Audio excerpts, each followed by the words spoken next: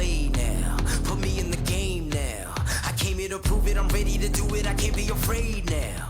Put me on the stage now, I'm ready to rage now. I feel like an animal stuck in a cage and I'm ready to break out. My time, none of you people can tell me to stop. This time, like the last time, you better get ready to race to the top. I'm ready to do this, show you what the truth is. I step on the field, it's time to get real, I'm feeling so ruthless. My time, none of you people can tell me to stop. Lower the lights down, hand over my crown, hand over my heart. I do this for my town, I do this for my crowd. So turn me up real loud. My time, none of you people can tell me to stop. Yeah. So what are you afraid of? Those feelings are made of. Get in the game, your moment of fame, show them what you made of. It's time that we stand up, it's time that we man up. For anyone asking who is the best, we putting our hands up. My time, nothing can keep me from reaching the top. This time, like the last time, I'm moving so fast, I'm ready to ride. I'm ready to throw down, it's time for the showdown. I'm ready to rise, don't be surprised, I'll take on the world now. My time, none of you people can tell me to stop. Lower the lights down, hand over my crown, hand over my heart. I do this for my town, I do this for my crowd. So turn me up real loud. My time, none of you people can tell me to stop. My time, none of you people can tell me to stop. My town, my crown, we know what it takes to be reaching the top. We're reaching the top, we're reaching the top. We know what it takes to be reaching the top. My time, none of you people can tell me to stop. My town, my crown, we know what it takes to be reaching the top. We're reaching the top, we're reaching the top. We know what it takes to be reaching the top. Lower the lights down, hand over my crown, hand over my heart. I do this for my town, I do this for my crowd. So turn me up real loud. My time, none of you people can tell me to stop. Turning the track up, I'll never go back down. Hand over my heart, I do this for my town, I do this for my crowd. So turn me up real loud. My time, none of you people can tell me to stop.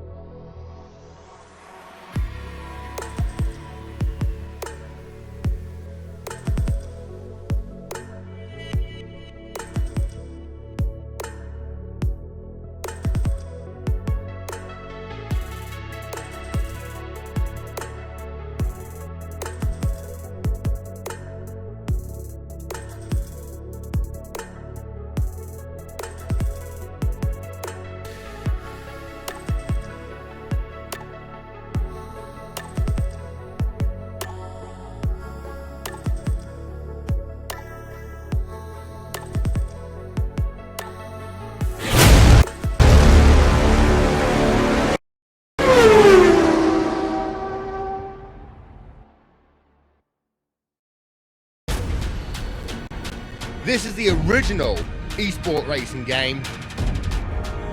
This is iRacing.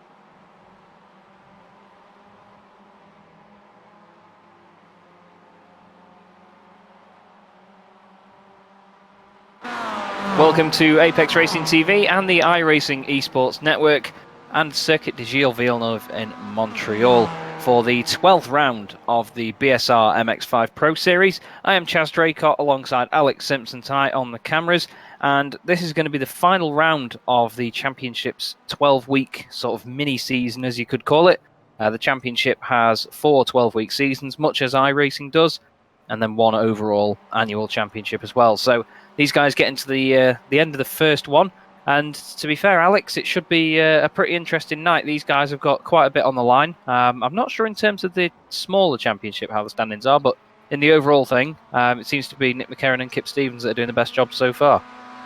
Yeah, I mean, couple of races missed though now for those guys, or not particularly great results. Obviously, Nick was away, wasn't he? So we will check in and have a little look at the standings shortly. Just having minor technical glitch with the overlay. So I dare say it's getting a little closer. Of course, it's a massive season, so long to go. It's probably way, way too early to even be talking about championship leaders and things like that. But no doubt sooner rather than later, we'll start looking at it, who's got the points and things like that needed, and because of course every podium position you gets your bonus point for the showdown and things like that. So we'll go into a bit of detail, but like I say, it's still very early days. It really is. But one person that'll be happy for me to mention, it was the overall annual winner last year, was Steve Hefford, and I'm not really sure how he's getting on at the moment. 5th on the grid for tonight so far. Qualifying has just finished, so the drivers will now be lining up. There's a very interesting little result further down the order. I'll get to that in a second. Jamie S puts it on pole for SimLab then. Only 5 thousandths of a second faster than Jack Ashton. Very, very close between those two. Jason Cooper half a second back in 3rd place, with Brian Holmes in 4th for iRacing. Steve Hefford himself is 5th, with Adam McNally, if I can say his name right, in 6th. James McRitchie, 7th for Asymmetric. Martin Plowman, 8th. Adam Delmont is 9th, and Kip Stevens rounds out your top 10. Then it's Stuart Dick for Asymmetric, and here is the interesting result I was going to mention. Andy Maxwell, Steve Cooley, and Carl Jackalette make it a 1-2-3 in the AM category for Year 1 Racing, ahead of the result clothing cars of Mikey Key and Carl Hardy on row 8. Peter Van Gool is 17th for SimLab, Joe McDonald is 18th, Max Wright is 19th, and Benjamin Mears rounds out your top 10. Ralph Cullinan is 21st, with Gregory Vranks in 22nd, Scott Malcolm 23rd, Craig Jones 24th, Jeroen Ursum is 25th for iRacing, Graham Sessford 26th, with David Ayres in 27th, and Billy Rose in the 444 car is in 28th. Behind him is Dale Bennison in Year 1 Racing car, and then the cars that didn't seem to qualify is Marcelo Panion, Dave Hampson, Luke Cooper, Craig Cameron, Cesare Rizzo, Roy Viverke, Rob Graham, Anthony Ainsworth, and Liam Silkstone makes the 38-car grid. So the lights should be coming in any second now for the first race around this very tight and twisty circuit here. It should be interesting to see how these guys handle this one, Alex, because it's not the easiest track in the world to get around. We're just waiting for Benjamin Mears. He's just popped up on the grid, so the lights should come on now. And for the first of 4 races this evening on the iRacing Esports Network, the lights come on. Oh, Scott Malcolm's jumped the start in the background and they're away. Looks like a good launch for Jamie. Oh, God, it's caused an absolute nightmare as well. Yep, there's an automatic knock hill car around in the background. That's Roy Viverke. Benjamin Mears is at the back. Oh, there's 4 of them involved at least. Maybe 6 cars. Craig Cameron's in there as well. I can hear a little bit more contact as the field filters their way through the first 2 corners. Very difficult bit of track to get right lap after lap, but yeah, a couple of guys down there, Benjamin Mears, David Ayres, Craig Cameron, Dale Bennison. Some of these guys, Alex, not even making it past the start line. Absolute nightmare for those guys further down the field. Dave Hampson, I think, has had an issue as well. It's Jamie Ayres leading the way at the moment. Great scrap here for 3rd place between Cooper, Holmes, McNally, and even Steve Hefford in there as well. There's Martin Plowman getting stuck in with Adam Delmont of iRacing, the Fury Sim Sports car. Wow. More people around as well. Graham Crisford. Oh, that car looks positively second-hand. Yeah, very second-hand indeed. We look at Anthony Ainsworth a bit further down the order. He's got a bit of damage as well. Real shame that, though, for those guys. To be fair, Scott jumping the start, I'm not sure whether that was to blame for it all. I think someone after him got a really slow getaway and then got collected. Scott's there in 26th place at the moment. He'll, of course, have a drive-through penalty or a stop and go. Or a Scott and go, as we can call it. So here is Viverke, who got caught up in this. sorry, Benjamin Mears. There's Scott getting away. Ben, and oh yeah, it was actually, yeah, Ben does, to be fair, he does just pull over to the left. I don't think he expected Scott to be there. There's Ayres, and then the year 1 car goes in, and that's what blocks the track, unfortunately. I think Silkstone got involved in there as well. He was in a livery that I've not recognised before, but side by side for the lead. Then Jack Ashton and Jamie Ayres into the final chicane. Sorry about that huge noise. I've just absolutely walloped my brake pedal with my left foot. Jack Ashton takes the lead of the race, though. Beautiful move from Jamie Ayres there. Very close to making contact with that slight overlap that there was, but the end of lap 1 then, Jack Ashton leading the way. Martin Plowman must have got a slowdown. There's a couple of guys pulling over to the left. That would signify that they've cut the chicane. Van Gool there in the middle. Plowman not quite on the racing line now. I think he served that slowdown. Look at this scrap for the lead, Alex. Once again, we've got a little gaggle of cars all vying for one position. This is exactly what we want. Nice, good, close battle. Good to see that Ayres wasn't able to sort of disappear. Ashton right on it. Cooper there as well. All the big players. Brian Holmes and Adam McNally, McRitchie, all there. So, yeah, this is going to be a great little race. It certainly is. And, of course, the slipstream, we have said it, on the back straight is going to be the great leveller here once again. But it's all about making that move into the chicane so people could get the run and, you know, try and get that position. But then, you know, you just got to be late on the brakes and braver than the guy that you're racing, I suppose, as we saw from Ashton and Ayres there. Very controlled stuff from those two. You can see on the right-hand side what we call the battle box. We love a battle box on Apex Racing TV. You can see the gaps between all the cars. Jason Cooper, the only one out of these 5 with a B licence, but I wouldn't be surprised if he was leading the championship at the moment, actually, to be fair, Alex, because he's just been on fire as Ashton defends the inside there from Ayres. This is going to get very feisty now onto this back straight. No room, nowhere at all for Cooper to go. He's going to have to sit there and wait, isn't he? Definitely. Down this long back straight, you can see Brian Holmes there, looking out to the left to take the slipstream from Jamie Ayres. Adam McNally's in there too. McRitchie starting to fall back a little bit, but side by side, Ashton and Ayres once again. Ashton on the inside this time. Ayres on the outside. They both turn in. 2 wheels in the air for Ashton. Brilliant respect between these boys. They're doing a bit of rubbing as they come out of the chicane, but no one turned around. No major contact yet. Cooper's got a great run though. Another slowdown in the background as well. That's Delmont. Oh, a bit late on the brakes there was Ayres. Cooper's got it turned in. Nice and tucked in. Oh, a bit of contact between Ayres and Ashton as well. It's getting a little bit bunched up now. I think Ayres has got a slight overlap on Ashton. He realises that and pulls out of it very, very quickly. There's a lot of movement further down the order. Plowman, Delmont, there's a couple of guys moving around.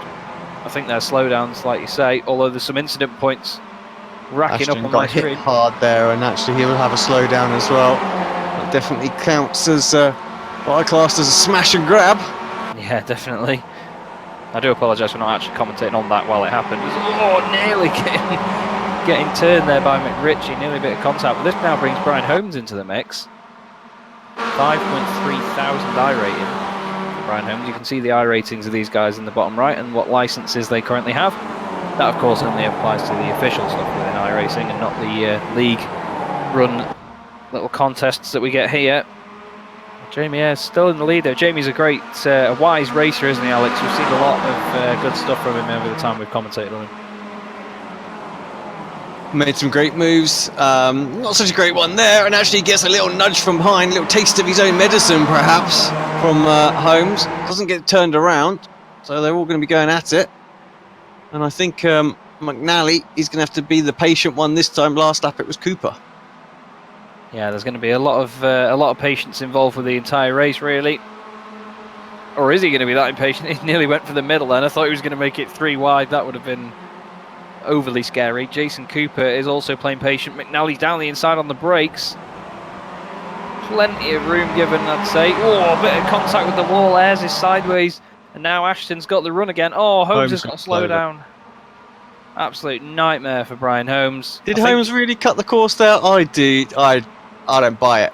I do not buy it at all. I've seen a lot of them at this circuit where drivers actually are perfectly within the limits, but the sim with the perhaps a bit of a dodgy ping is reading it as an off track. So I think Holmes there looked like he took a perfectly good line, got punished for it. Same with Ashton really as well. Ashton didn't seem to do anything wrong in my opinion. As There is Stuart Dick, who I still haven't sorted his decal layer out. It still says he's an AM on his windscreen. He's definitely not. Kip Stevens behind him with Pete Van Gool in 9th place. It's just every time we look at the top 10 in this series, just the names are just brilliant because it's like a superstar list of MX5 drivers. It's awesome. Jason Cooper then second at the moment. He's been really playing the sort of wise driver game like Jamie Ayres does this season. Alex, I mean, a lot of the time he's put it on pole and run away with it, but obviously it's not the case this time round. Half a second down in qualifying, but look at his race pace though. He's the class of the field this season so far for me. I agree. Yeah, just start getting those consistent finishes, and actually, I think that's perhaps where he's trying to adapt a little bit, and he'll be right at the front come the end of this season. That's for sure. McNally's alongside him now then. Just trying to creep ahead. You can see the gap on the battle box though. Now Cooper has the slipstream. That's where the difference is made. He's going to be ahead of McNally any second now. There's the change. McRitchie involved though still. He's done a great job of sticking with these guys for this battle. Jason Cooper slots into second place. Nicely done. Bit of a curb hop from Ayres there. Gets very sideways, and now Cooper's going to go for the lead here, Alex. He's got the run. And he's going to have the inside line to turn 1, but that's going to be the outside for turn 2. It's a difficult decision to make, isn't it? It is. And the Porsche Esports Series, we saw actually the outside line that led to the inside of the next corner seemed to be the favourable one in the end to get the moves done. Looks like Ayres may... No, he can't hold on. I thought he had got a bit of an overlap, but decided that...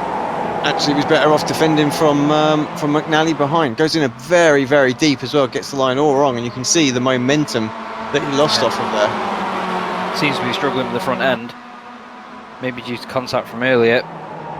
I'll always come back to the fact that I spoke to Steve Hefford about these cars, and he did say that they are made of cracker bread at the front. So one little nudge and they can fall apart and lose a hell of a lot of performance. And we saw that at Belle Isle last week as well. McNally really pushing now for this result.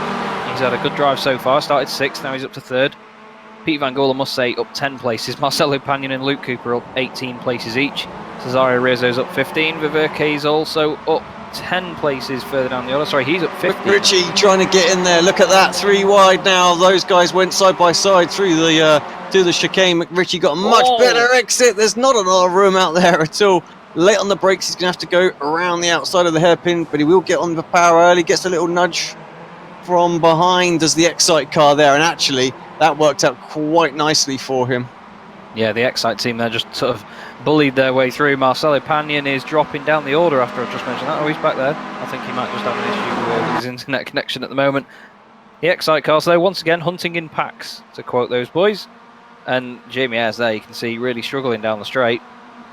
That's not what we wanted to see for Jamie. But there was a bit of argy-bargy in the hairpin there. Oh, Brian Holmes really deep in there. Oh, Ayres in the wall in the background. I think that's completely written the car off. It seemed to straight line once he hit the wall. Yeah, he's very slow, so he has got to slow down. Yeah, something's broken. Didn't get the best view to try and call that, but must have been pretty hard over the curbs for it to, like you say, to a straight line into the wall of champions there. And he's a previous champion, so it's very applicable. But now, all this is played into the hands of Jason Cooper. He can just drive away once again in the number 1 machine in position 1. And for any of you that are wondering what the blue and green strips on the left-hand side are for, Alex has kindly brought up a little graphic at the top that does tell you that. Basically, the blue ones are for the Pro category, and the green one for the AMs. It's just determined on pace over the course of a season or throughout qualifying. It's not based on iRating or any other sort of official iRacing performance. And it does work out quite well, to be honest, Alex. I think there's a very good split. Andy Maxwell's been a standout performer for me as well in the AM category. He's leading the way at the moment. He's probably going to be another James McRitchie, I think. He may end up as a pro next season because he's done a great job for year 1 racing. Yeah, just up on screen and just looking at him now. Like I say, got a nice little lead, 2.6 seconds over Carl Yacolet. Carl Hardy behind him, pretty close. You can see that battle just in the background. Very quick look at that, but yeah, great season opener. Going through on the injured and damaged Jamie Ayres. A lot Ayres can do. Oh, look at that car off the hairpin. Jeez. Drift off the hairpin though, but still giving it everything and making sure that it's entertaining for us back at home. But Always little different. up into 8th for Maxwell and actually Holmes and Ashton having a little look. Holmes is going to go through on his teammate. Yeah, Don't know if he's going to be able to catch up the 2.2 seconds to Cooper. Saw the brake lights there from Ashton as he let his teammate in front. They'll just be working together to try and catch him now without disturbing their own momentum. As we look back, Carl Hardy now chasing down Carl Jacquelette. So it's the battle of the Carls. I imagine they're going to get airs as well. Definitely. Ashley Beard joins us in the YouTube chat. Good evening, Ashley. He's in the US at the moment. He's been over to the Indy 500. I hope he's had a absolute belting time. I'm sure it was amazing to watch and witness firsthand.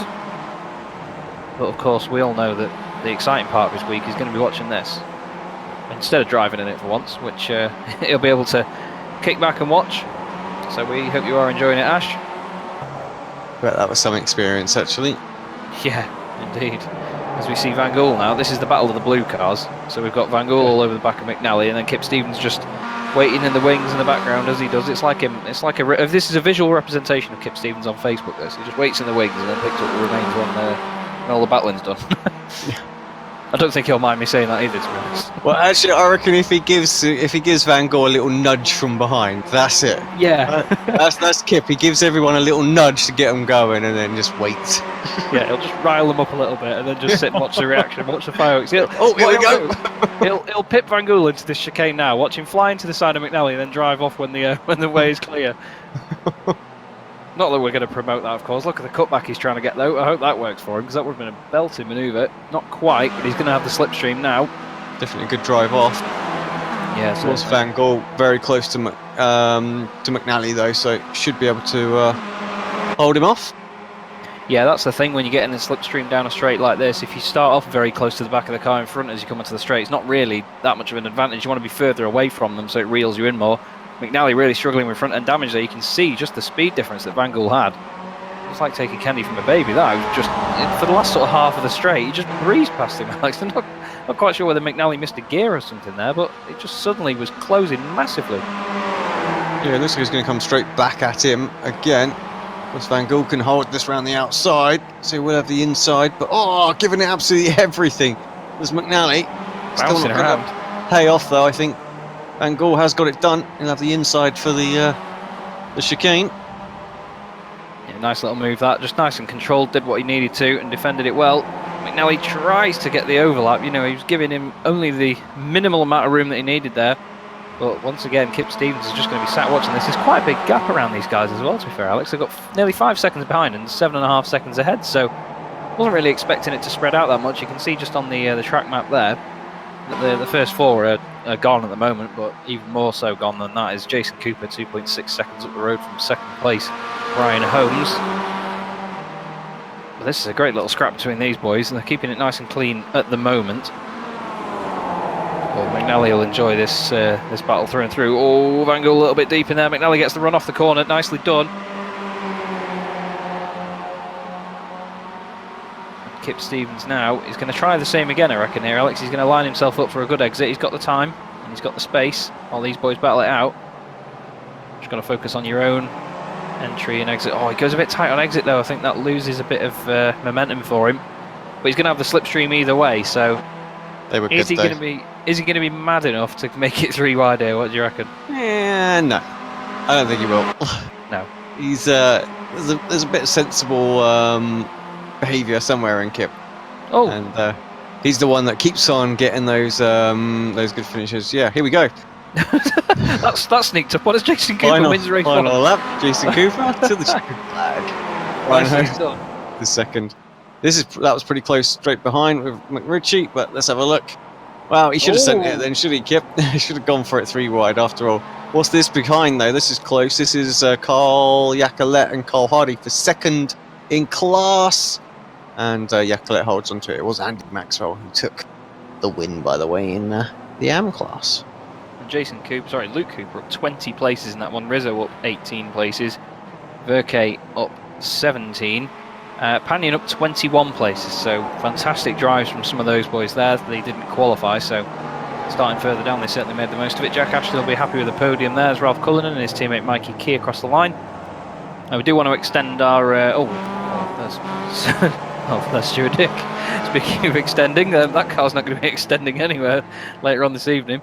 There's Billy Rose as well. I was just going to say we want to extend our best wishes to Mick Barry and his family and friends, of course. Mick has been through a rather major operation this week. He's not racing tonight, of course. We just wish him all the best from everyone at BSR, from ourselves at Apex, the iRacing Esports Network, and of course his teammates as well at Result Clothing, because he's one of the real characters of this series. He helps sort out all the sessions and a lot of the things behind the scenes. So all the best to Mick, and hopefully we'll see him on track again soon as we see Anthony Ainsworth coming across the line now to, I think, be the last car to finish here. Actually, Dave Hampson. Yeah, Mr. Hampson's still out there. That does not look pretty, does it? No. Especially because I've got trading paints on and I've not got the right livery on screen for him, so that works out well. Oh! That's some serious lock there. Look at that. Full on 90 degrees. Have it. Power steering pump's going to be going mental at him for that. He's going to get it parked ASAP and get out of that thing. And any second now we'll be able to bring you the results of race 1 of 4 this evening. Jason Cooper taking another race 1 win. Very well deserved from the 2 iRacing cars of Brian Holmes and Jack Ashton. Great battle with those boys there. McRitchie bringing it home in 4th. Great result from him. Only 2.5 seconds down off the winner as well in the end. Peter Van Gool 12 seconds back in 5th place, ahead of Adam McNally and Kip Stevens. Andy Maxwell winning the AM category there with Marcelo Pagna in 9th. What a drive from him. Carl Yacolet in 10th. Carl Hardy in 3rd. Great scrap from them as well, with Luke Cooper in 12th. Joe McDonald 13th. Jamie Ayres finishing 14th in the end. Jeroen Ersom 15th, with Cesare Rizzo in 16th. Gregory Franks 17th, and Roy Viverke in 18th place. And 2 Belgian drivers there for Team Ultimate Knock Hill finishing together. Martin Plowman is 19th. Max Wright rounding out your top 20, ahead of Craig Jones, Adam Delmont, Mikey Key, Ralph Cullinan, and Stuart Dick. Then it's Billy Rose, Scott Malcolm, Anthony Ainsworth, and Dave Hampson, the last car to finish on the lead lap. He was followed home in 30th by Steve Cooley, 5 laps down, Steve Hefford 8 laps down, Rob Graham apparently 7 laps down, but finishing behind Steve there, I'm not quite sure. Benjamin Mears is 33rd, Graham Sessford 34th after having a very battered car early on. And then, of course, other guys that suffered from that first incident. Craig Cameron and Liam Silkstone there bringing up the rear of the field from the 38 cars that started. And for the first of 3 occurrences this evening, as we see the other guys that finished 8 laps down, David Ayres and Dale Benison, thank you, Alex. We should have a reverse grid wheel for the first of 3 occurrences tonight. We do. This could be. Jeroen has gone for 15th on the wheel, so we'll see just how well that fares for him. Of course, he is in 15th place, so we'll hope for that for him. Yeah, no, not very close, I'm afraid. You're 35th. Okay, so that will mean then that we have a full reverse grid, which will put Dave Hampson on pole position. So that just shows you how important it is to even drag that damaged car across the line. He will start alongside Anthony Ainsworth. Scott Malcolm gets a lucky break and starts 3rd, with Billy Rose in 4th, ironically, in the 444 car. And Stuart Dick will line up 5th on the grid. So if you join Alex and I in about 10-15 minutes' time, we'll be back on the iRacing Esports Network with race 2 of 4 this evening from the BSR MX5 Pro Series. Don't go away.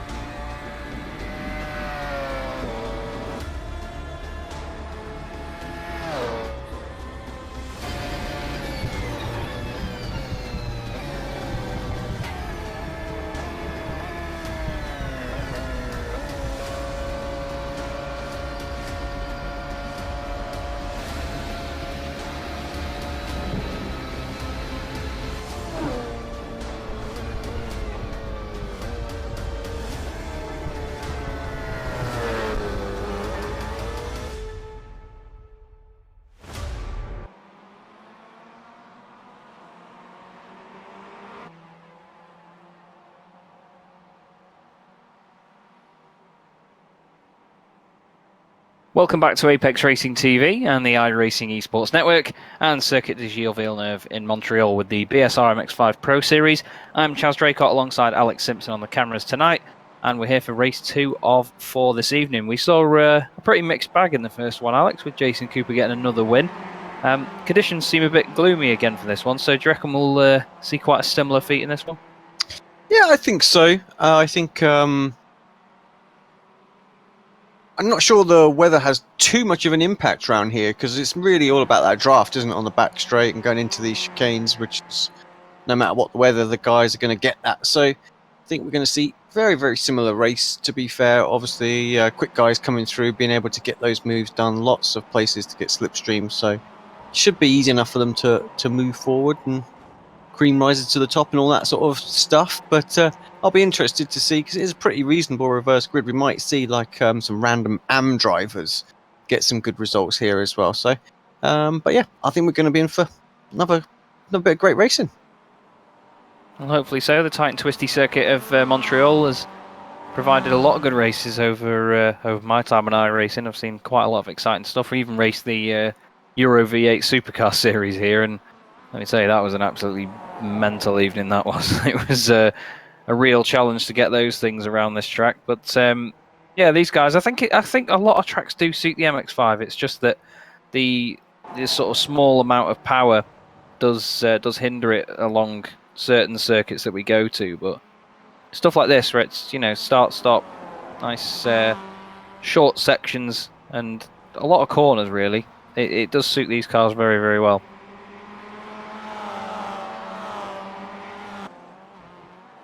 The guys are just... Sorry. I was just about to say the same thing. Just a couple of minutes left, I think, of the warm-up. Obviously, sorry for the little delay as well to those that are watching, because we've had a few issues getting the session loaded up. But yeah, the league admins have done that. And, yeah, we should just be a few moments away from the start of this one. And fingers crossed, some of these guys that start in the front can stay there. We saw Dave Hampson dragging his MX5 across the line at the end of that one, and it's paid off for him because he's got pole position now for this next race, so he's going to be very, very glad that he went through the pain of dragging that car across the line at the end, because it's really worked out. And the session has just advanced, which means now the drivers will grid up and we'll begin this second race. So Dave Hampson starts on pole position alongside Fury Simsport driver Anthony Ainsworth. They've got Scott Malcolm third with Billy Rose in fourth. Stuart Dick is fifth with Ralph Cullinan in sixth. Mikey Key is seventh with Adam Delmont in eighth. Watch out for him in this one. Craig Jones for Result Clothing is ninth. And Max Wright rounds out your top 10 for Team Auto Mechnock Hill. And he's followed by Martin Plowman, Roy Verke, Gregory Vranks, Cesare Rizzo, Jeroen Ursum, Jamie Ayres, Joe McDonald, Luke Cooper, Carl Hardy, and Carl Jacquelet rounds out your top 20. We do apologise to Carl if we've been saying his name wrong throughout the broadcast that we've been doing. But here we go then, as the drivers line up for the second of 4 races tonight, not even halfway through the evening. Plenty of action still to go. Don't forget, of course, you can check out Apex Racing TV on Facebook and Twitch as well. We do stream to both those platforms. We have our own YouTube channel too. You can hopefully catch us there sometime. So for the second time tonight then, the lights are coming on, and they're out very, very quickly indeed, and they're away. Dave Hampson leading the field down turn one. Oh, that's Stuart Dick got a very slow getaway there. Scott Malcolm doesn't jump the start this time, makes it up into second place. He's got Billy Rose in there with him. Scott keeping second place. Billy Rose trying to fend off Ralph Cullinan now, and his teammate Mikey Key of Result Clothing. Hampson got an absolute flyer. Yeah, he's just gone, hasn't he? Absolutely launched it off the line, sorted out turns 1 and 2, got the best exit he could, and away he goes. I'm just trying to have a look. I was going to say look out for Adam Delmont, but Delmont's in the pits. There's a couple of cars in the pit lane. Rob Graham, Liam Silkstone, Marcelo Panion hasn't even started the race, it seems, unfortunately. But yeah, Dave is... Well, Ashley Beard says he's got a sneaky feeling Dave's going to win. And, well, if you look at this shot now as they come past us, I agree. He's flying, but there's a great scrap for second place and all the way down to about 10th, and there's a couple more guys scrapping in the midfield. Billy Rose is third. Plenty of air there for Scott Malcolm as he gets 2 wheels over the curb. Here is Pete Van Gool and Carl Jacquelet with Carl Hardy and his teammate Andy Maxwell involved. Andy's going to make it 3 wide and try and get the pair of them there. He's got a great run. That's really cheeky on the left-hand side of them both. He's going to have it done before the hairpin. Can Carl go late on the brakes? He does. Down the inside. What is going on? My timing screen is lit up red, which usually indicates there's a big crash somewhere. There's a maybe car on the chicane. There's someone round at the hairpin. I saw skid marks. Let's have a look on the replay. I think it might just be someone checking up, actually. I think they might have all just checked up and... I think there was a car around on the infield, you know, because there was skid marks. I think, there was a Fury Sim Sports car in front of this. Oh, yeah. There it is. Oh, no, it was Mikey Key. I apologise. Mikey Key was around and then he gets going again. So, Luke Cooper, though, as you can see from that shot, main beneficiary of that. He gains a lot of positions from it. He's up to 8th overall. Stuart Dick back up to 4th place. He's battling with Ralph Cullinan as they go across the line. Gets it done. That's better from Stuart. Oh, blown engine. I heard it. Someone popped an engine. I'm not sure where. Oh dear. No.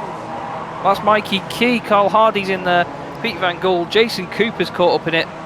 That was Steve Hefford's just jumped back to the pit lane. There he is. I'm gonna guess what happens here. I think someone's gonna blow an engine, and they're gonna try and get out of the way on the right hand side. I'm gonna try and figure out where the first person was. Sorry for skipping back on the replays to figure out what went on. Mikey a bit of a wider shot. Oh, there it was at the end. Oh, Mikey Key's going off all on his own by the look of it. He hits the wall just before his teammate does, and then piles back onto the track. That was a really strange one. I think it was Max Wright in the number 99 car. Here he is then. You'll see Max blows his engine, but watch Mikey Key in the white and black car just in front of them.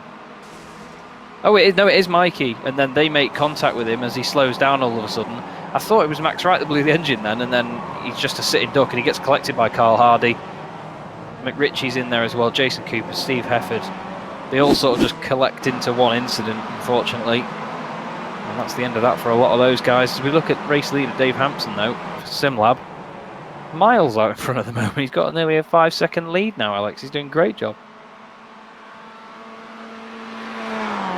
And there it is on the right. Scott Malcolm, 2nd place. Billy Rose in 3rd, Martin Plowman in 4th. Jamie Ayres just goes to 5th. Oh, Billy Rose and Plowman are side by side now. Cullinan has just been overtaken by Ayres in the background. Plowman late on the brakes. Nicely done in the Fury Sim Sports car. 2 wheels there for Billy Rose. Oh, a bit sideways on exit. Jamie Ayres is going to get the run here. Jamie Ayres having a great race so far, Alex. 11 places gained. Adam McNally's gained 16. Craig Cameron, the biggest mover in the field, 18 places gained. He's up to 27th for Northern Lights Racing. Brilliant stuff. Definitely how iRacing should show the sort of the class and levels, you know? Because it's fine to have like a C and things like that, but, you know, a C 3.0k is actually a pretty impressive rating, you know? Yeah, definitely. You know, an A 3.3, there's not an awful lot of difference between Ayres and Plowman, to be fair.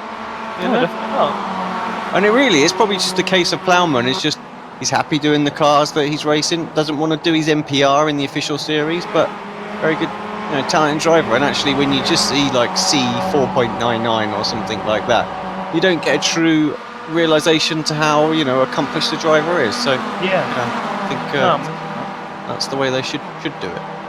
Yeah, definitely. I agree with that. It's Stuart Dick and Ralph Cullinan making contact there.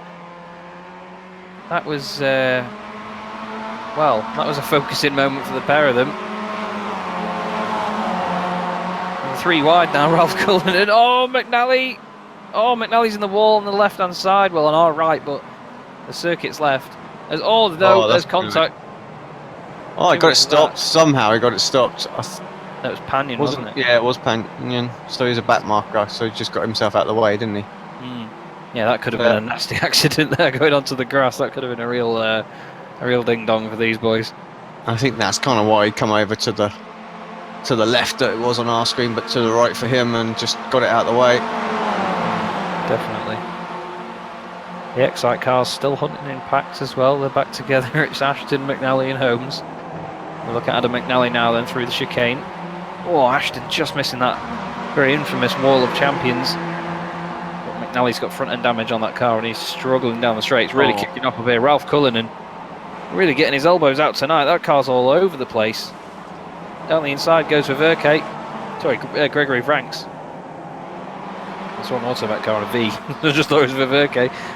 Cullinan there as well, just ahead of the two of them now, and out Stuart Dick and Gregory Franks side by side. Fastest lap of the race for Jason Cooper despite that incident. He's down in 19th place.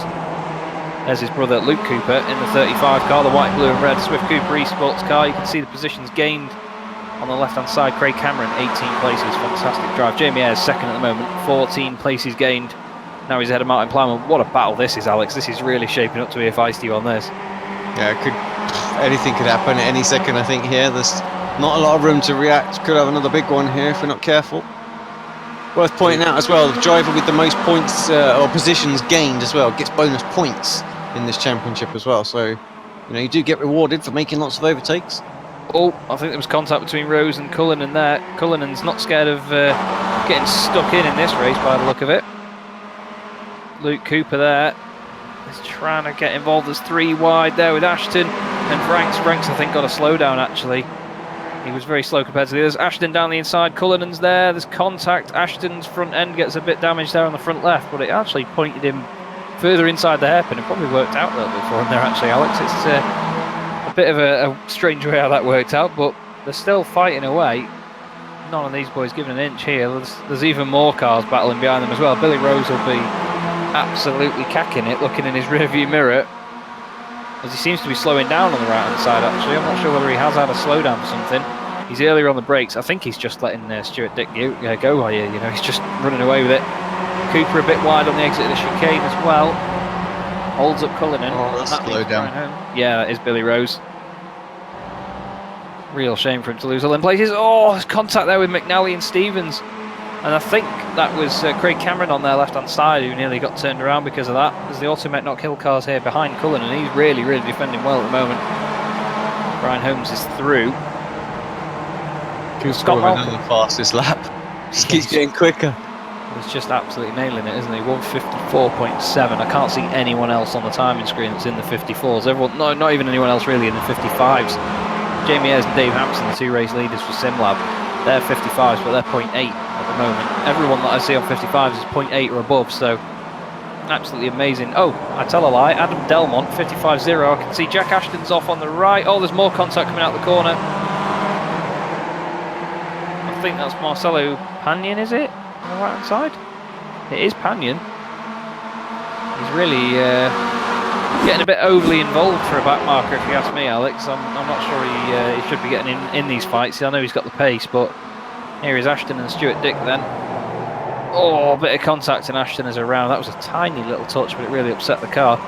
Oh, and Cullinan gets caught by the Automet car coming back on, actually. So it wasn't Panion's fault. I think Panion was just avoiding it, to be honest. Yeah, I think you're right. I do apologise, Marcelo. I did jump to a conclusion. Stevens jumps into the conclusion at the back of the car in front of him there. Dave Hampson, though, look at this guy. Flying away, 7.6 seconds to Jamie Ayres. What a great drive he's having. It might not be the most exciting races for him up front, but he's doing everything he needs to do at the moment, isn't he? Yeah, absolutely. I mean, don't know about you, but I quite enjoy these ones, when you know that you can have an epic battle and actually it just all unfolds behind you until they just let you scamper away. So much fun. That's how I won my only league race in the Kia Club Series years ago. I was in the lead after a few corners, and then the other guys were just fighting behind me and helped me win, which I'm very grateful for still to this day. As we see Brian Holmes and Stuart Dick having a good scrap here. Brian now on the inside for turn 2. Luke Cooper's going to try and go through as well. He's got the overlap. Keeps it over to the right hand side. They kick up a bit of dust as they go over the grass. And he backs, well, I was going to say he backs out of the move. He certainly doesn't. Oh, nearly contacted. I don't know how he saved that then. He drives Formula Fords most of the time, does Luke Cooper, so he knows about car control and something that's not got a lot of downforce on it. So that probably helped him in that scenario there. Great save. And of course, even better to make sure that the two of them didn't end up in the wall and in an accident, I suppose. Still able to come back. Obviously, we're only on. I say we're only on. We're already on lap 6 of 8, so it's going to catch us out quite quick. You don't realise actually the kind of how long this circuit is. You're used to it being like you think of it as like a minute 15 lap. Yeah, because of Formula 1 cars, yeah. And the sort of speeds that they're getting through it. But it's actually a really long circuit, so when you're in the MX5s and that, it's, they're not doing many laps in these 15-minute sprint races. No, definitely not. Jamie Ayres still hasn't completely got away from Martin Plowman here. Of course, the slipstream will be helping him here. And it's nice to have this battle box in the bottom right corner, because there's things I didn't realise about some of these drivers. Hampson is 5.8k iRating.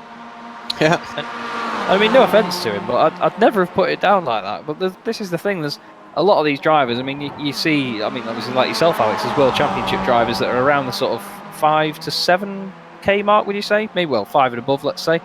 Yeah, I'm 5.8k. Well, there you go then. And I don't know. You just sort of see that as a complete other level, and then in my head, everyone else is just 2,000 or less, and that's it. there's no grey area. But it's amazing to see that there are so many of these drivers out there that are around that I rating. And I mean, look at them battle together. You wouldn't know the difference, like you were saying before, between Ayres and Plowman, who we see on screen here.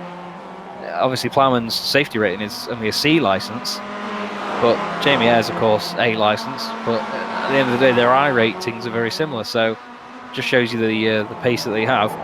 I think I rating is a good measure of pace, but as you probably know, some people do tend to, in inverted commas, farm it sometimes and join races where they know they may win and get an easy job, but it doesn't always work out like that. So, you know, it's a bit of a gambling situation, isn't it, really? Sure, iRacing wouldn't want me calling it that, and I'm not saying that it is officially gambling, but, you know, you've got to take the risk. I think that's the best way to put it. That's it, when you change, like, you know, when you're in a car that you love, you know, you can build up that rating, but as soon as you switch to something else, it's completely different kettle of fish. You know, you're up against people who are very familiar with it as well. And this is why I think, you know, there's a bit of a debate on the iRacing forums, you know, for per car iRating and things like that, because you might get a 5.8k driver in, you know, one car, but totally not in the other. I mean, take me for an example, you know. I would say I'm easy a 5.8k driver in the McLaren F1 car, yeah, but I'm about a 3k driver in a GTE car, so... Yeah, well, it's, I mean, even with, let's look at NASCAR Peak Antifreeze champion, Ray Alfala. Ray joined us in the BSR TC Pro Series for almost a full season, and even I overtook him, and that's embarrassing, let's face it. But well, on multiple occasions, he's the best in the world when it comes to the NASCAR side of things. So I can see that being an advantage. I can see why people would call for that. It's just, I think people would want to be. It'd get a bit it'd have what we call the RuneScape effect, where people just try and level up everything, and then you know, just try and show off numbers. So anyway, slow down for Rose. I was just going to say, yeah, there's a race going on, isn't there? Billy Rose gets a slow down at the chicane, unfortunately. This is Kip Stevens and James McRitchie having a fantastic fight for 11th and 12th place. Adam Delmont is in there as well. White flag is out as well, just to let you know. Fly by, don't they? It's unreal. But this is a great scrap between these boys. James McRitchie really looking feisty at the moment. Stevens struggling with a bit of front end damage as well. There's literally nothing between them as he comes through to the left-hander. McRitchie looking down the inside. Stevens gives him only the amount of room he needs, and now that's not worked out for McRitchie because Delmont's on the right hand side. He's got an overlap on Stevens as well now, I think, so this could work out very well for Adam Delmont. He doesn't have the overlap on Stevens actually. McRitchie's sort of pushing him down the straight. He's earlier on the brakes to make sure he doesn't push him. Stevens runs deep. Oh, there's contact with Delmont, and McRitchie's the winner out of all of that. There's more contact between Stevens and Delmont on exit. And they've both lost out there to Carl Jacquelet, as we see Plowman and Ayres still fighting to the line then. Sorry, Plowman and Holmes, I do apologise. Jamie Ayres has broken away, but here is who's going to be a very deserving race winner. Dave Hampson out the final corner, lights to flag. He's got no reason to be unhappy with that. What a brilliant drive. Jamie Ayres will be happy with second place after his disappointment in race 1. 1-2 for SimLab. Yeah, very important for those boys. Oh, Holmes made up some serious ground as well. Plus 25 spots. That's impressive. What a great drive from Brian Holmes. He's another one, 5.3 thousand I rating. Very, very talented driver. Stuart Dick finishes 5th ahead of Luke Cooper. Scott Malcolm, he wins the AM category in that one. Very, very well done. You can see Jack Ashton has given us something new for our overlay here, which is we do have some driver images that they can they can pop onto the overlay. He does race in an MG Metro that is bright purple, and it is genuinely an amazing bit of kit. Seen a lot of videos and pictures of it out on track. Do check out Jack's Facebook. If I'm pretty sure he has quite a lot of updates on there about it. But another great race there, Alex. Plenty of action all the way through, but it was nice to see a runaway winner. I can't remember words out. A runaway winner there. There's Rizzo real trouble with that car. That's very, very. That must have been across the line, I think. Somebody else in the wall just after that as well. So shame for an incident to occur then. But yeah, that was a very sort of mixed bag, that one. But yeah, nice to see someone run away with it, really, because it does happen in motorsport, and it's good to see that can translate to iRacing, as we see that's Liam Silkstone in what I've got on my screen is a very lovely Castrol-based livery. Yep, I would agree.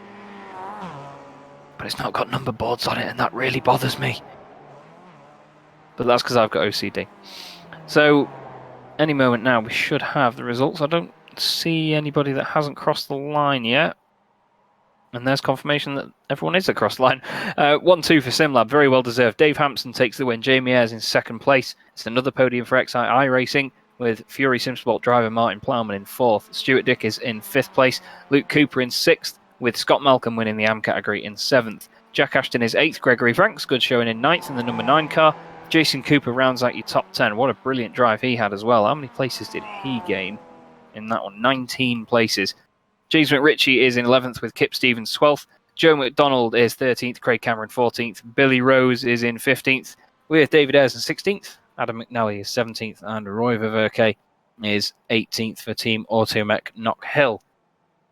We're getting multiple guesses in on how many are on the wheel at the moment. Jeroen Ursum is 19th. Steve Cooley 20th. Rob Graham 21st. Adam Delmont 22nd.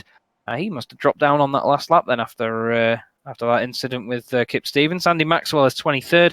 Carl Jackalette 24th, Cesare Rizzo 25th, followed by Benjamin Mears, Anthony Ainsworth, Pete Van Gool, and Liam Silkstone, the last car on the lead lap. Max Wright was 2 laps down, so was Marcelo Panion. Ralph Cullinan was 4 laps down, Mikey Key 6. Steve Hefford also 6 laps down after that incident coming into turn 1. They're followed by Craig Jones and Carl Hardy for Result Clothing. They were also in that incident as well. And I believe that is everyone for the field in that one. It certainly is. We had 38 in the first one, so we've had 2 stragglers drop off in between races there, Alex. Yeah, it does sometimes happen. I think with the session taking so long. Yeah, it's tea time for some people. But no, you do get that. It's just one of those things. I suppose it's at the end of the day, it is a hobby, so people have to try and commit enough time to it as they can. And, it's not always the way that everyone can do an entire race meeting. I'm just thinking now, that was probably one of the first times in a while that we've not seen a Swift Cooper Esports car on the podium, actually. They've obviously had Jason Cooper win race 1 and do an amazing job with that, but yeah, not quite going his way in that one. We should have, for the second time tonight, the reverse grid wheel, Alex, if you would do the honours. Indeed we are. I'm ready. Poised to press the button. Here we go. So we've had your own Ursa with 20, Joe McDonald thinks 25, even our very own Marco Barbanera. Hello Marco, he's guessed -2, so full grid -2. For anyone that doesn't know, you've got to be on 1 lap down. Who said 25? It was Joe McDonald. Well, he's the winner. Winner, chicken dinner. And the overall winner from that would be Cesare Rizzo, who will start on pole position alongside Carl Jackalette. Andy Maxwell will be 3rd on the grid, and Adam Delmont will be 4th. So Adam's going to be one to watch again for this one, with Rob Graham in 5th place in the number 22 car. So if you join me and Alex on the iRacing Esports Network in about 10-15 minutes' time, we'll bring you the 3rd of 4 races from Montreal and the BSR MX5 Pro Series. Don't go away.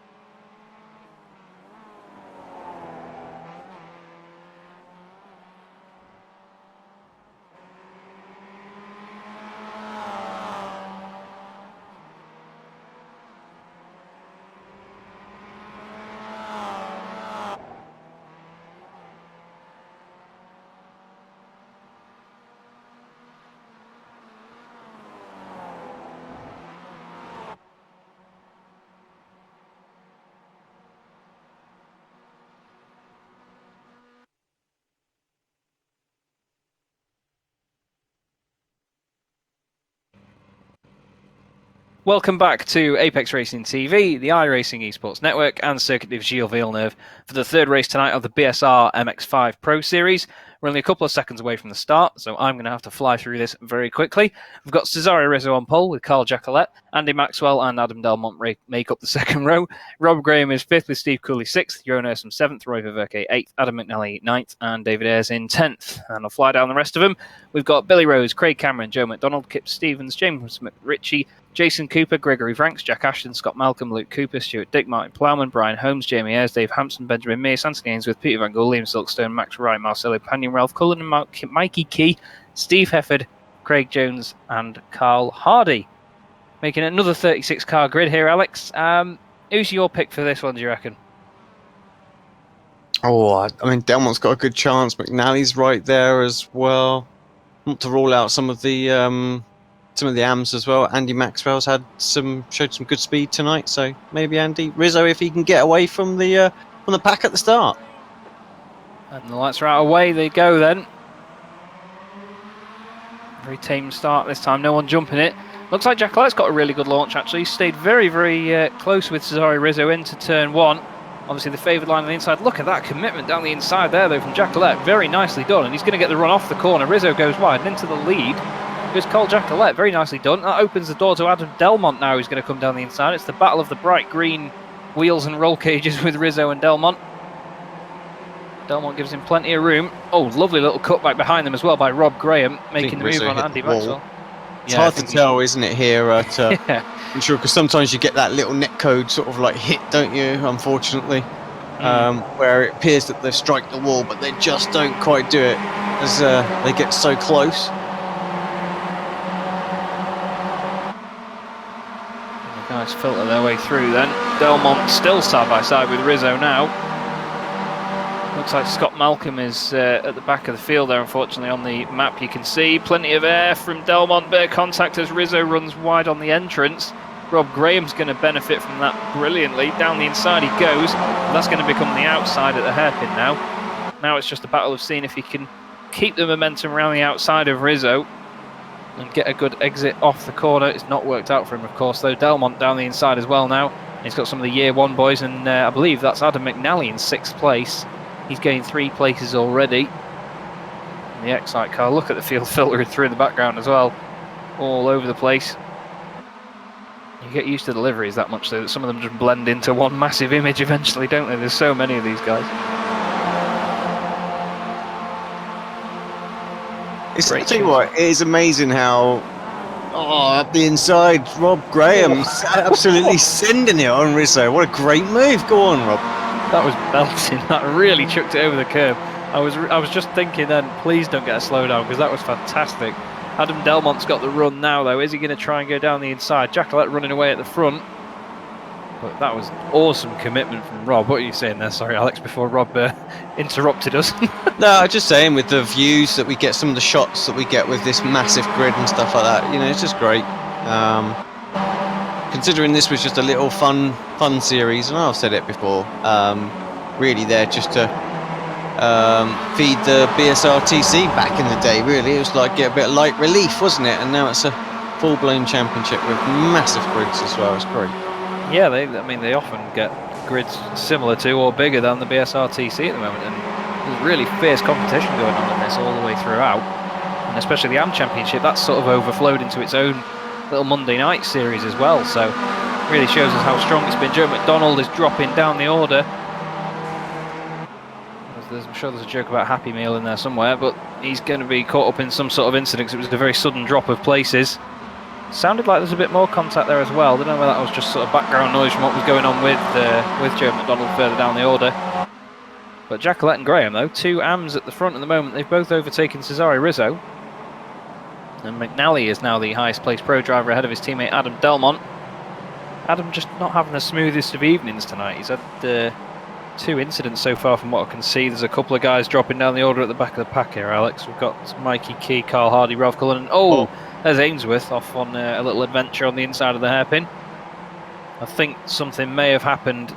Yeah, there's cars stationary coming in towards the hairpin. I think that is Ralph Cullinan. Oh wow. Yeah. that was one of the Excite cars, and yeah, Carl Hardy, Ralph Cullinan, Silkstone's in there as well. Gregory Franks here, we're getting in with Craig Jones and Dave Hampson. Real shame for those boys to get caught up there, just getting going again. Here is Rob Graham and Carl Jacquelet for the race lead then. Jacquelet obviously losing quite a lot of ground on that lap. Rob into the back of him into turn 2. Jamie Ayres fastest lap of the race, 55.6, but this is going to bring McNally and Rizzo into this battle as well now. Jacquelet's going to try and run away while Graham tries to fend off these boys. It's going to be so close. We're on board with Rizzo now. Very bright green roll cage. Oh, he takes a lot of the track on the inside there. Hopefully he doesn't get a slowdown for it. He does. Really unfortunate there for Rizzo. He was having such a great scrap. We go on board with the unmistakable light blue roll cage of Adam McNally on the Excite iRacing car. Look at the correction on the exit as the back end steps out. He's chasing down Rob Graham. This could be a good chance for a 1-2 here for Excite, because they've got McNally and Delmont 3rd and 4th. Rizzo is now down in 6th, and then 8th is going to be Jason Cooper, so he's going to be their nearest challenger. There is Rob Graham, still defending very hard, and we say it each time we see Rob on here, Alex. He's, well, he'll take on anybody in a fight in this series, won't he? Well, in any series that he's in. Yeah, puts his car on that inside. Always seems to manage to get the braking just right. Rarely does he overcook it. So, just you kind of know what you get with Rob. Doesn't quite get the exit there. Unfortunately, he's going to have to go in, tuck into that slipstream. Delmont, of course, wants that, and I think I would have thought McNally would have moved over. There he is, trying to help his teammate out. Keep swapping to try and help Delmont get alongside Rob there. Yeah, it's just about trying to play the team game. Wow, Rob is late. Sorry, Rob. No. That was, yeah. That's not on. We sing your praises when you need it, but when you get it wrong, I'm afraid, yeah, that was just absolutely lousy. Yeah, I mean, that was probably one of the longest lasting commentator's curses I've ever given, really, saying that McNally could have a chance to win, and then like half a lap later he gets turned around. But you know, like say, and he's, well, to be fair, I think Cooley may have turned in on Rob a little bit there. He didn't really leave the room. It wasn't as late on Rob in that one, but yeah, real shame there. McRitchie, fastest lap of the race, you can see on the lefty screen there, or you could anyway, 154.8. But this is sort of becomes what we get in race 3 and 4, as some of the guys overlap in their pace and try and make their way through the field. We do get the odd incident, but like you say, a little bit shoddy there from Rob Graham, unfortunately. Kip Stevens down the inside of one of the Year 1 boys. That was Andy Maxwell. How he got that stopped so well, I don't know, but that was a brilliant move from Kip Stevens, that. I was about to say, he sent that in there as well, didn't he? So, battling away. That was a nice little move, though. He got it stopped and on the apex very, very well. So struggling. I thought he would do well, to be honest, at the front of this one, but it just seems to be slowly dropping back. Hasn't had the pace that he was showing in the earlier races. Bit of a check up there with Billy Rose and Jeroen Ursum involved. Jamie Ayres making his way through the field behind them. He's up 11 places. Biggest mover in this race so far as well. 3 drivers have gained 10 places. That's Benjamin Mears, Peter Van Gool and Craig Jones. There is Ayres around the outside of Ursum. I think Ursum may have got a slow down there actually, because he was very slow coming into the hairpin. Look at the momentum that Ayres carried out there as well. Great exit. And Martin Plowman's going to go, oh, there's Anthony Ainsworth out. That looks like quite a serious accident. You can see some of the cars getting repaired in the pits there. Let's see what happened here. Oh, he's just slow on the apex there, and Cooper just wasn't expecting it, unfortunately. And, as it clips the wall, that's spin it around, yeah, and then obviously got some damage from it. That's going to write the thing off. Steve Hefford, another one out of this race, unfortunately. But Carl Jacquelet's still leading this race, doing a great job so far. It's probably a good thing we know how to pronounce his name properly now, not have our different ways of going about it, because he's getting more airtime at the moment, defending from Delmont and Cooper. Jason Cooper, though, you've got to say a word about him. He's managed to get back up there at the sharp end once again over the course of the evening. Alex, look at the pace Delmont's carrying. It's going to be a case of when, not if, I think, here. Yeah, I think you're right. Always Cooper, though. Cooper, I was going to say Cooper. Maybe having a little look here. Don't normally see this sort of second chicane as the particularly good overtaking opportunity, but what a great exit from Delmont. Surely he's got this done. He's got the inside line as well. This really should just hand it to him. Just get a good brake here. On the brakes, car has a little wiggle. Cooper also putting Carl under some pressure. That can't hold on. Viverke just dropped down the order as well, by the way. Rob Graham now, though, he's right behind these boys. I was just about to say, the wise thing Jacqueline could do is just let them go and let them have their own battle as Cooper goes to the inside for the race lead. And he goes back to the front. Rob Graham, oh, he tips Jacqueline, he straightens him up. Oh no, Carl's around and in the wall. Oh, real shame there for Jacqueline. He was doing such a great job leading the race. And once again, my commentator's curse strikes about half a lap later. Let's have another look at it then. So you can see Rob late on the brakes, turns in. I don't know how to call that one, if I'm honest with you. Jacqueline does turn in, he turns in late. Didn't cover.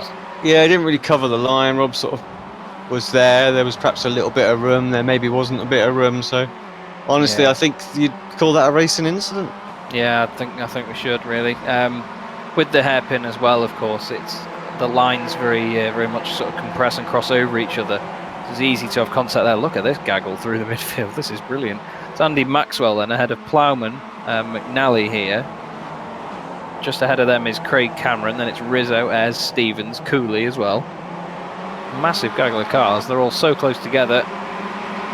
All with varying levels of damage on the cars, of course. But what a snake this is. Plowman there in the middle with McNally right behind him. Oh, he's caught Maxwell. Maxwell's got a slow exit off there. McNally nowhere to go. Nearly 3 wide going around there into the left-hander now. Oh, Plowman's had it too much on the throttle into the wall. McRitchie, nice little switch back there. Goes from the outside to the inside. Tries to have off McNally. Doesn't quite work. He's going to try to cut back again as they leave the right-hander. Great example of some of the fantastic racecraft these boys have here. Plowman's going to be gutted on that. He was just on the throttle for too long around that right-hander, it seems. And he's just let it drift wide into the wall. McRitchie gets it done around McNally. Fantastic commitment there. And he's going to try and line up Maxwell now for this hairpin, Alex. Brilliant stuff. McNally not with a very good exit at all. Could put himself under pressure. But actually, his teammate Ashton, he's the one that's going to have a go on Plowman. Plowman sees him coming, gives him a little bit of room, bit of damage. Get a better exit on the wide line, of course, but will he get the draft? He does. Nicely done. It's all about strategy with these things, really. I mean, we've said it before that when there's a track where there's slipstream involved, you have to just make sure that no matter what you do over the course of a lap, if you are chasing someone, you line yourself up for a good exit. McRitchie's going to go down the inside of Cameron here. Oh, Craig Cameron gets mugged off down the straight, unfortunately. Maxwell goes one side. Oh, McRitchie goes the other, just about saves it. Cameron didn't want any part of that 3 wide into that chicane. And I don't blame him, to be honest. Someone else will slow down.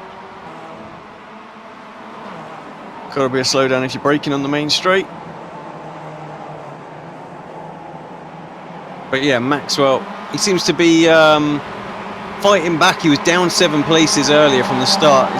He's only down 6 now, so this race is getting on, getting a bit more into it. Could pick up a place or two. Of course, only have 2 laps to go. Yeah, it's just another race that flies by, and we've seen all the brilliant action that we wanted, but sometimes I wish these races were a little bit longer, if I'm honest with you. This snake of cars still racing away. Rob Graham leading the AM category at the moment, up in 3rd place. Jamie Ayres in 4th, 20 places gained. What a drive. Truly around. Oh, no, he is. I'm trying to click on him, but I can't find him. There he is. Oh, don't reverse onto the racing line. Oh, too late. Luckily, David Ayres saw him. Peter Van Gool just about missed him. Real shame for Steve Cooley there. He was right in the midst of it. Let's have a look, see whether he did it on his own. It's easy to unsettle the car coming through there. Yeah, as he's clipped the curb, just goes around. Luckily, no one hit him though, because that could have really sort of set off a chain reaction and quite a big incident. There's James McRitchie in 6th place. He's gained 9 places so far. He's going to go chasing after Kip Stevens and Jamie Ayres. But Stevens doing what we keep saying, Alex. He's just sort of consistently getting good results and just racking up that points tally at the moment. It's in the background. Maxwell tries to make a move on Rizzo. And does. So Maxwell making places in the penultimate lap. So 7th place now. It's net 4 lost for the race. So like you say, he's coming back through. Not sure he's got any more places on him, but should be able to hold off Rizzo here. I reckon so. See what you can do. Spoke much about this man. Yeah, it's a strong race for him. Leading the way for the second race tonight as well. Normally, if people get 2 race wins, you usually see it in races like 1 and 4. You know, they just sort of gradually, like you say, cream rises to the top in the last race. But there are our top 3. Delmont second, Rob Graham in third. Another good race for Ayres, up 20 spots, you know. Yeah, he's flying, isn't he? He's doing a great job. McRitchie is chasing down Stevens here and making ground on him. He's only got half a lap left. Oh, Stevens a bit out of shape there as the car hobbles around. And there's that fantastic battle behind Maxwell, Plowman, Rizzo, Cameron, McNally, Ashton, Rose, and Stuart Dick, I believe, is still just at the back of it. Plowman with a great exit as well. Got the inside. Andy Maxwell, there you can see with the Nigel Mansell helmet on. Fair play. There it is, just in the mirror. And yeah, Plowman gets it done. Maxwell leaving plenty of room. Nice and respectful racing. You can see the little discount code there on the inside of the Sunstrip from the Year 1 Racing boys. Nice little, that's perfect placed advertising if you ask me, Alex. Not many people know you can paint the inside of the windscreen banner on the MX5, but there you go, and there's a great way to use it. As Andy Maxwell chases him down.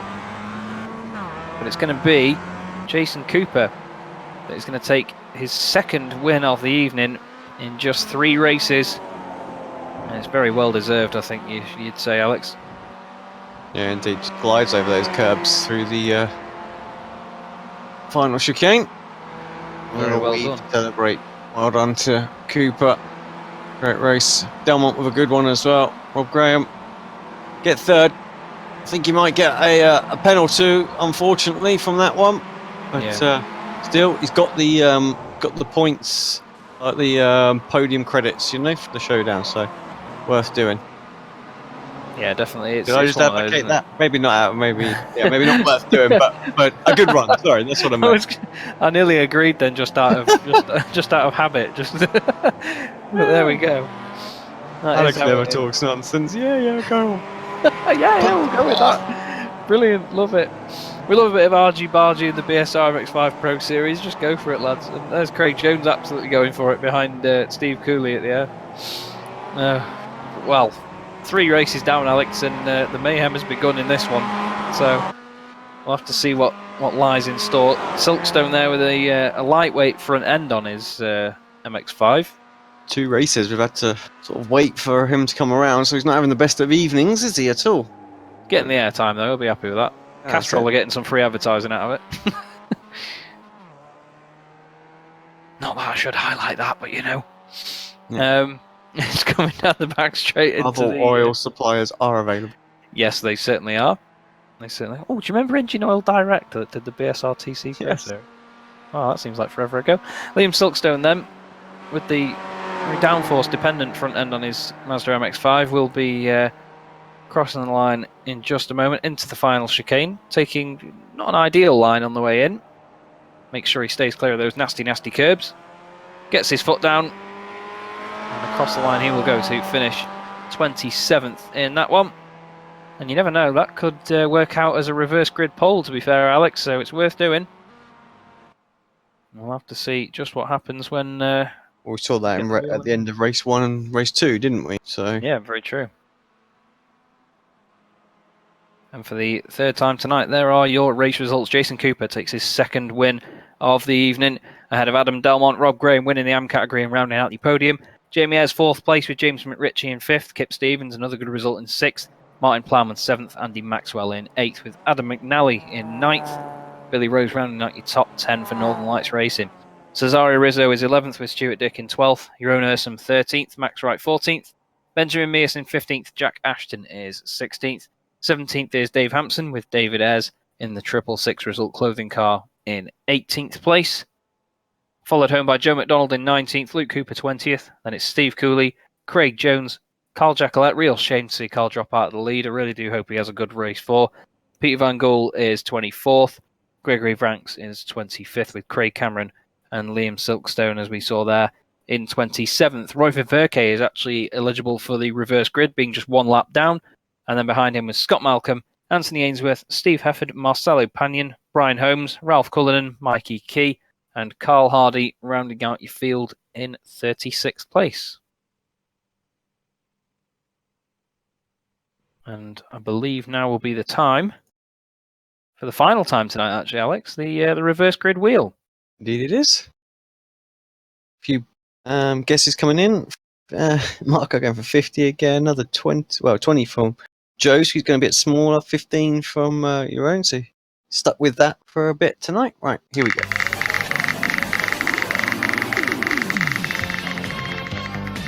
I missed 15, 45, looks to be 30.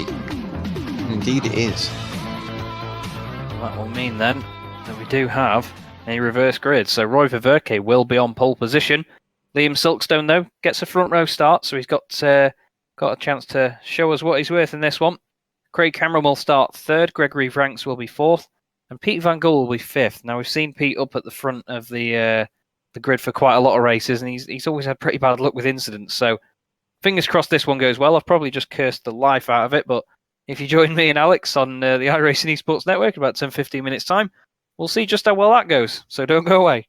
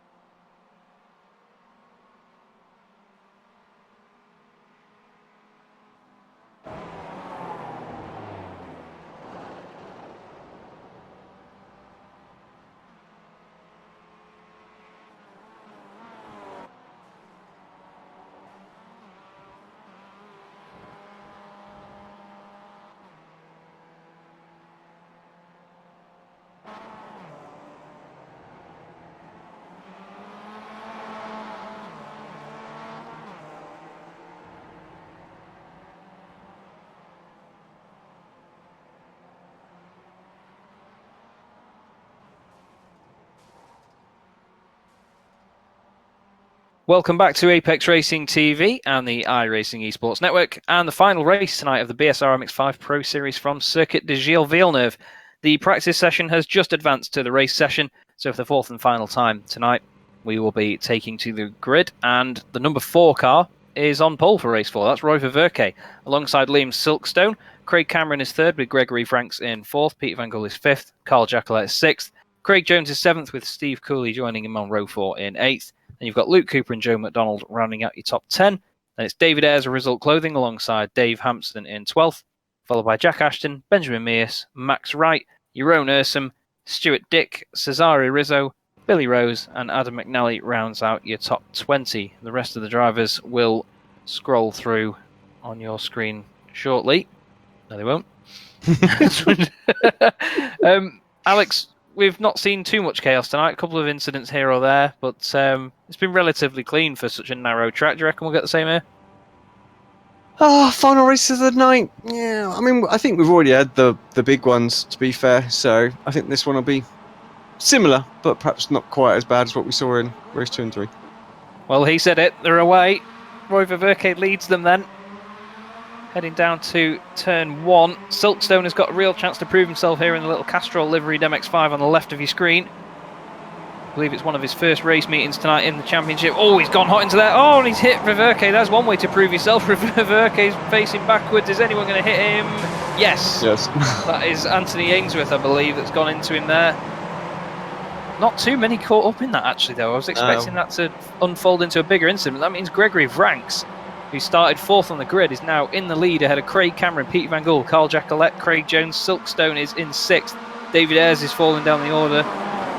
Not sure whether he might have got a slow down. Doesn't seem like there's anything else kicking off behind him. Gregory Franks, though, is really handy in a GT3 car, but just as we were saying before, Alex, doesn't mean he's handy in an MX5, so we'll have to see how he holds on to this one. Yeah, right under the cosh, Craig Cameron from the Northern Lights Racing team was behind him. Peter Van Gool as well. We know how quick Van Gool's been this evening, so right there, up 2 places already. So good start from Van Gool. So got a lot of competition out there already. Yeah, he certainly has. And the Automate Not Kill driver will be keeping an eye on his mirrors, of course, to make sure those boys don't make too many advances. Peter Van Gool just having a look down the inside of Craig Cameron. Oh, that was Jacquelet going very deep into the hairpin. And Van Gool's actually got his nose down the inside of Craig Cameron there. And he's managing to make the moves. Not quite got the overlap on exit, though.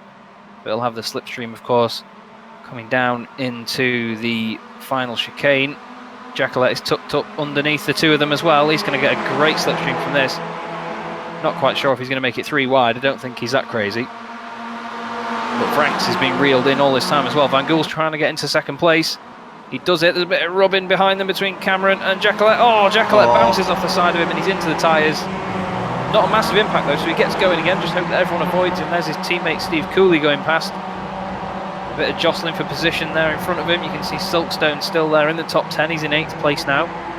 McNally and Mears and McDonald are in there as well, all together into turn 1. McNally looking like he's come out on top of that. Mears is going to be on the inside though into turn 2. Oh, I can hear contact. Not quite sure what's happened. It might have been just ahead actually. I think it was Ashton Cooper coming together on the exit of turn 2. But still Mears and McNally, just a bit of an overlap. McNally just getting in front now, and Rizzo is on the back of Benjamin Mears for 10th place. Silkstone, you can see here, just defending his position. He's got a big gaggle of these cars behind. Mears really dives out the last second. Almost looked like he lost the back end then going into that left-hander there, Alex. Not sure whether that was intentional or not. As Silkstone loses the back end and he's in the wall. Real shame for Liam Silkstone there. Just lights up the rears, and even in a car like the MX5, which hasn't got all the power in the world, you see there that it's very easy to do. As Pete Van Gool goes to the top of the timing tower on the left. Gregory Franks still leads the AM category, but he's coming back at him here actually. He's having another crack at it. Still side by side. Oh, he's deep into the hairpin, but is he going to get a good cutback though here, Alex, and get some slipstream, do you reckon? Yeah, it will get a good run, and there's enough slipstream on this car to actually get alongside her, I think, by the end of this one. Doesn't get right up in that draft though, so yeah. I think it makes sense for him to try and hold on to Van Gool. He might pull him away from Craig Cameron and then maybe go at him again, you know, lap 6 if he can, stay with the SimLab driver. Van Gogh fending a bit of thin air. All through the final chicane, no problems. Ashton, he's third. Up 8 spots, Ashton, in just a few laps there. So he's going to be, he's going to be trouble, I think, for these guys at the very, very front. You know how quick he was earlier on. Yeah, he's a very, very quick driver. And he's shown that over the whole season, to be fair. Oh, there's a couple of guys going down the order there. Joe McDonald and Billy Rose. Oh, there's McDonald, and there is Rose. He's sort of waiting for him. I think they might have had contact, and Billy's letting him take the position, which is very nice and gentlemanly of him. To see what the situation was. Alex read my mind, and yeah, Billy Rose is behind him here, so is he going to go for the move into turn 2? Oh, he's just a little bit later, and yeah, he turns around. Very nice of him, though, to, well, I was going to say straighten him up, but he lets him get going again in his own time and waits for him to take the place at least. So it's good to see that these guys are at least, you know, have some sort of respect about them. They may bash doors quite a lot and get very feisty in the race, but you know, they all actually do give one. Craig Cameron then third place at the moment has Luke Cooper and Jack Ashton tucked up behind him. Looked like Luke was going to go for the move there. I don't know whether cheeky little look going into the hairpin, but couldn't quite get it done on the brakes, could he? He was a bit sideways on exit as well. That will have hurt his run, but doesn't really matter either way. Ashton's going to get some slipstream. Here we go then, on board with Jack Ashton. Whoa, very close to that wall then was Craig Cameron. Sorry, that was Cooper we were on board with. Now we're on board with Ashton. I should have known from the roll cages. I'm not colourblind, I promise. Luke Cooper's going to be late. Well, he was going to be late on the brakes, but I clearly can't tell the future either, as he was very early on the brakes. Made sure he didn't go down the inside of Craig Cameron, but I suppose Craig is not completely new to the series, Alex, but when you're a driver like Luke Cooper, who's raced against pretty much everyone in this championship before, a new driver, you come across them and you think, do I go down the inside of this person into this chicane? Do I sort of have that racing experience with them? And, well, in that case, obviously not, but Ashton, there you can see, he's done the fastest lap of the race, and around Craig Cameron he goes, but it's impressive sort of, around the outside of turn 2 there, I have to say. Not many can pull that move off. Good from Ashton. And I think Cooper, he was savvy enough to know that all he needed to do was perhaps cause, you know, Cameron just to brake a little bit late, go a bit deep into that corner, nail the braking himself, and make sure he gets a good exit more than anything. So he was perhaps just a little early on the brakes, just so that he got a good drive off. And yeah, that's how he got that move done as well. And Ashton just taking full advantage of it at the same time. So both drivers with good move there. Yeah, it was nicely executed. I was going to say, I think it was good risk management from Cooper, really, not to go down the inside of the chicane. Just sort of made sure he set himself up for turn 1, and it worked out very nicely for him. For anyone wondering, you can see, of course, just a moment ago, the Pro and Am designations that we get, which is the blue and green strips next to the drivers' names on the left-hand side. Jack Ashton, third overall, though, with Cooper still battling away with him. Side by side through the hairpin on exit. Here's another side by side battle. That's Mears and Jones. Jones in the white and yellow kart, Mears in the white, blue and orange. Oh, Mears just drives into him off the corner there. They somehow still both go down the straight together. Must have got out of it. There's Carl Hardy with what seems to be a slowdown penalty, unfortunately, into the hairpin. Slots back into place, and he'll be on his way. Well, here is Gregory Franks then with Jack Ashton, Luke Cooper and Craig Cameron behind him.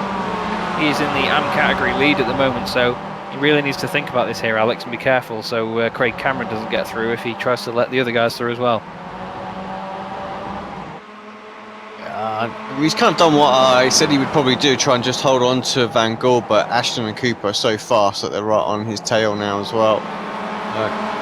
It's not easy, still not fastest lap, good from McNally. Still not easy to overtake though if the car ahead has draft, so he can use Van Gogh to help defend here.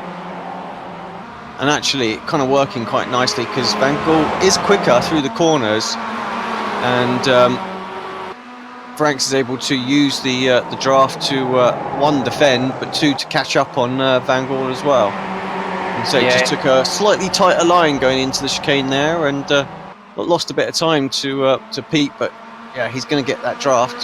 So, why Ashton's not just zipping past him straight away. Yeah, he just needs to be careful not to over-defend it. Mm-hmm. I think he is doing that a little bit at the moment. You can tell he's trying to take the inside lines, going into the corners. Ashton's all over the back of him now, and like you say, losing time to Van Gool. It's not going to help him in the long run, side by side into the hairpin. He's going to have the inside line though, but we've seen people carry the momentum and stay around the outside here, so let's see what Ashton can do.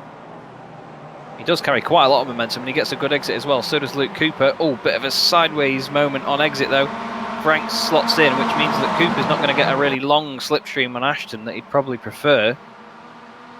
That's not really helped his cause there. You can see he's just giving Franks as little room as possible to try and push him out of the way so he can get the slipstream from Ashton. And he gets that now, and that means that Franks is 4th overall with Craig Cameron right behind him now in 5th. And just behind them, fastest lap of the race by McNally last time round.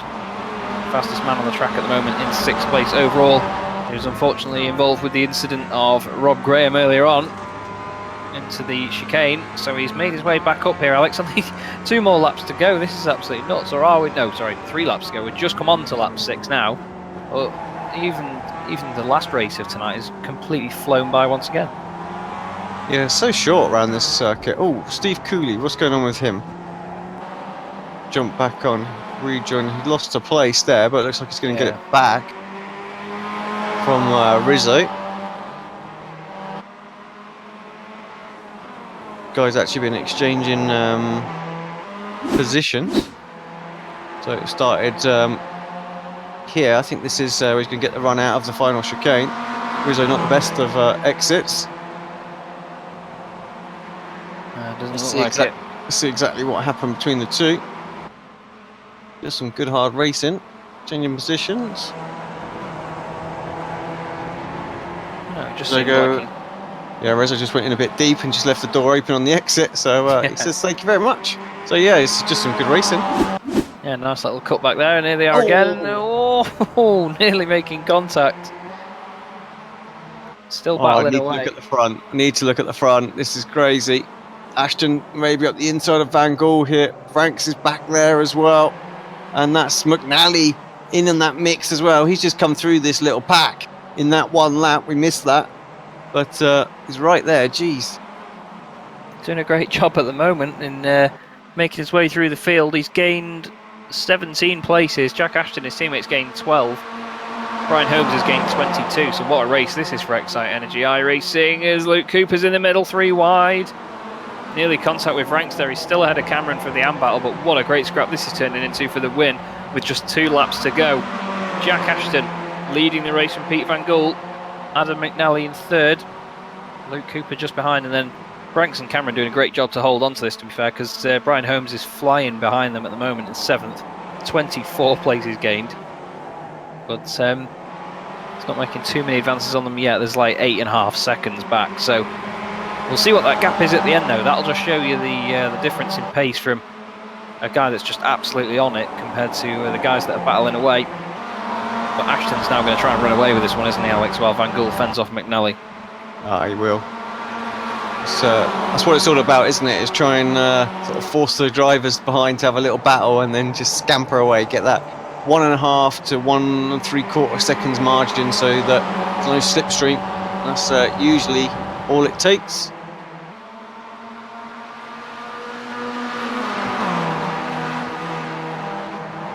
Just loving watching these cars go around this very narrow and sort of enclosed circuit. The guys doing a great job of managing to navigate their way around. Oh, bit of sparks in the background there. I think that was Luke Cooper just in the wall. He's lost a lot of time, and Gregory Franks is now actually ahead of him. They're side by side coming into the hairpin, nearly making contact. They need to be really careful going into there, especially Gregory could throw away an AM category win here. And down the inside goes Craig Cameron. There's nowhere for Franks to go there actually on Luke Cooper.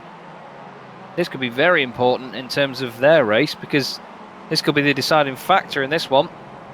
And of course, Craig Cameron's got going to come over to the left, and that's going to give Franks the slipstream. I would have thought no, because Cooper decides he's got to defend, so that allows Cameron to keep with the draft there as well. That did not work at all well for Franks. We're a bit frustrated there. Loses the AM lead. Oh, he's going to get a good run though. He's got a very good run off that chicane. Craig Cameron did a great job of getting it stopped though and getting it turned in. Franks is a very wise driver to it, though, and just ahead you can see McNally and Van Gool. We'll keep an eye on this for a moment, though. As this is for the AM category win. Craig Cameron looks like he's gone a bit deep into there, but it gives him a good line for turn 2, gets it stopped nicely. He's on the power earlier as well, but Franks just seems to get a really good run.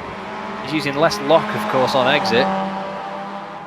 McNally's still having a go at Van Gool. There he goes into second place. Nice little drift on exit. Look at the momentum he carried through there. He's gained a gap already, nearly half a second on Van Gool.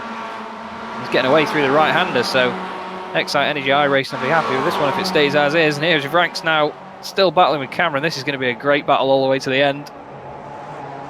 Franks has just got to set himself up here, I think, Alex. Maybe drop back slightly in the few corners leading up to the hairpin. Make sure that he's got a long run that he can get on Craig Cameron and then try and do him into the chicane. Craig is going very defensive, though. He doesn't want to do that yet. He needs to be wise to the fact that Franks is just going to sort of set himself up. Unless he gets it done beforehand, but I mean, well, if it was me, I'd wait, like I say, just before the hairpin. McNally and Van Gool still at it as well. This is great scrapping for these guys. Oh, nearly kissing wing mirrors into the hairpin as they get onto the brakes. Van Gool tries to get the cutback. McNally parks it on the apex, then gets the power down, but there is an overlap. They are side by side. McNally will be communicating with Ashton now, saying, "Get over to the right, son. Yeah. Give me that slipstream." Cameron's trying to defend from Franks, but Franks isn't far enough back. He's tucked up right behind Craig Cameron, so he's not going to get a big run, I don't think. He's got the overlap though, and there it is. He'll have the optimal line into the chicane. He'll make the corner as wide as it can be and carry the momentum. We'll see how that one pans out. Yeah. Van Gool is ahead of McNally. Oh, Luke Cooper into McNally! Oh no, he's not saved it. They're around. Oh, Cameron collects him. No, Craig Cameron collects him. Well. Franks gets third. Brilliant accident avoidance from Franks. Oh, Stevens around. Oh, it's all gone to pot. Use the word pot. Just because I can't use another one. Jamie Ayres sneaking through there on Adam Belmont. Jason Cooper's got to slow down. And McNally trying to go do it in reverse as well. That's probably the quickest way. Oh, gutted for him. Whoa, nearly getting clipped there by McRitchie as well. Oh, that was mayhem. I think we need to see exactly what happened to McNally there. Yeah, the contact, it just unsettled the car too much. What a race finish though that was. Oh, and he was a little bit on the curb as well, made the car bounce. So I don't think. Gotta feel sorry for Craig Cameron. Cameron chose one way, and unfortunately the car just spat and hit him. Yeah. You'll see Jamie Ayres sneaking through. Brilliant bit of opportunistic driving. Here he goes. Oh, just threading the needle between Jacqueline and Delmont there. That was obviously as a result of the incident with Stevens. But wow, what a... the big one happens behind him, as Marco Barbanera says. What a fantastic race finish, though. Exciting all the way through. Really, really enjoyed that. And, it was kind of inevitable in a way, but there we go. Jack Ashton takes the win for Excite iRacing. Then SimLab's Peter Van Gool finishes in second place. Gregory Franks finishes third. Luke Cooper is fourth with Brian Holmes in fifth. Craig Cameron eventually finished sixth, though, so not a bad recovery after that incident. Still getting second in AM, so very well done. Steve Cooley finishes in third in the AM category, seventh overall. And it's Jason Cooper eighth, Jamie Ayres ninth, Adam Delmont in 10th, with Craig Jones, Max Wright and Carl Jacqueline 11th, 12th and 13th.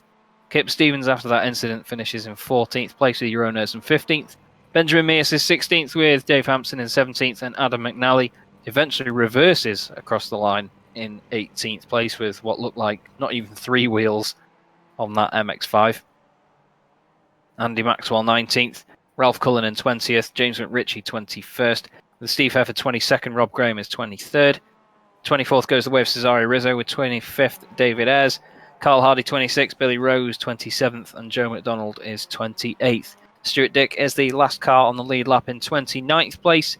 Martin Plowman 2 laps down in 30th with Liam Silkstone, Mikey Key and Roy Viverke all 7 laps down, and Scott Malcolm 8 laps down in 34th. And, well, the sort of mini-season is behind us now, Alex. 12 race meetings gone. There's obviously 4 of these over the course of the year. It's been a fantastic 12 weeks, these boys, really, hasn't it? Yeah, it's been a great start to the season, actually. Whole load more racing. to go. But yeah, what a fantastic start. Great meeting once again. So I'm actually having a look just to see if I can see where we are at next. I'll tell you what we'll do is while you're finding that out, because I never know going into the next race meeting where we're at. I think we're having an off week between them. We've only got a little bit of time to do interviews tonight. We are running a little bit behind. So what we'll do is we'll bring in our race winner there, Mr. Jack Ashton. Jack, very well done, mate. That was, well, pardon the pun, that was an exciting one, wasn't it? Hey, I like it. Yeah, it's brilliant. Loved every moment of that one. I think I can't remember where I started. I think it's like 16th, something like that. So it's quite nice to come through the grid and get a win out at the end of it. It's really nice, especially sort of racing Luke Cooper and Pete Van Gool. I know they're quite handy behind the wheel. So yeah, I enjoyed that race. I think tonight went quite well. I had a bit of a nightmare in race 3 where I had some damage that was just hindering me so much I could hardly get down the straight lines. But apart from that, I think the whole night went really well. So yeah, pretty happy. And what did you reckon to the track then? I mean, it's a personal favourite of mine is Circuit de Gilles Villeneuve, but a lot of people really dislike it. Are you with them or me? What do you reckon? I'm with you on this one. Yeah, it's definitely a nice track. It's really like, it seems simple. Oh no, it definitely isn't. But it's very, very technical, and it's hard to get really quick because you have to be sort of safe with the curbs and the walls. So yeah, I think it does put the cat amongst the pigeons of everyone on this track. But the last time I raced, it was in a V8 supercar, and let me tell you, you think you've got to be careful in an MX5. You've got to be careful in them things around here. But that's the challenge of it. Obviously, when you put a lot of laps in and practice around a track like this, you feel a lot better for gaining those extra tenths, or even racing someone a bit quicker than you and getting a move done, don't you? Yeah, that's it. I don't know what we're on for next track though. I know we've got a break now. Have we got a break for next week? Yeah, there's an off week next week. There is, Alex has kindly gone and had a look for me because I never know where we're going for the following week. The next one's at Watkins Glen. Oh, okay. Yeah, I've never been that quick there, but I do like the track, so should be all right. I think that if I do a bit more practice than usual, then hopefully I should be on the pace. But yes, hopefully look forward to that one. And of course, the S-word slipstream comes into effect there as well. So yeah, it's going to be nice and close and makes anyone can win. Indeed, we're just we've got your little image at the moment of your Metro up on screen. It did work then. I tried to fill it out and then it seemed to have vanished, and I not sure if it worked or not. So I guess it did. How's all that going, by the way? Just we're a bit short on time, so you're going to be the only interview we do. But how's all that going on that side of things? Yeah, really good. I mean, I've done 4 rounds of the championship so far out of 10, and won all 4 races with fastest laps. So it's looking pretty good at the start of the season, I have to say. But Mega. Soon see what happens in the rest of the season. Fair play. Well, good to speak to you tonight, Jack. Very well done on your race win. Is there anyone you want to Is there anyone you want to give a shout out to before you go? Yeah, obviously just all the usual people. I can't speak now as well. Yeah, all the team, McNally, Brian, everyone behind the scenes. Obviously all the sponsors. McNally can reel them off. But yeah, he's good at that. He is really good. He's quite quick at it as well. And you guys for the stream. I mean, say it every time, but definitely put on a great show and always watch it back. Definitely. Smashing. Well, thanks very much, mate. Great to speak to you, and we'll maybe speak to you in a few rounds' time. Yes, mate. Thank you. Nice one. Jack Ashton there of iRacing. Just finally, Alex, thoughts on tonight, really? It was just another strong meeting from such a great championship that's grown into a beautiful thing, really, isn't it? Yeah, bit of everything, like we always see in this series. Those people that have tuned in for the first time, thanks very much for the comments there as well. This is what you get with this series. You get some great racing. You get the fun and enjoyment of the will it, won't they, will they, won't they wreck kind of thing. The big wrecks and things like that, and the little one. Yeah, some of crazy moves and all that sort of stuff. So yeah, you get a bit of everything for everyone watching, which is what makes it fun and interesting for us to commentate each. Yeah, exactly, and it's great fun to do it from this end as well. And obviously, seeing comments like we do see in the chat from time to time, it makes it all worth it as well to know that people enjoy what we do. So thank you very much for that. As we've said, next week is an off week, so after that we will be back in 2 weeks' time, of course, at Watkins Glen for what will be the second mini season as such for the BSR MX5 Pro Series. I've been Chaz Draycott with Alex Simpson commentating with me tonight and on the cameras as well. We hope to see you all in 2 weeks' time. Have a great evening.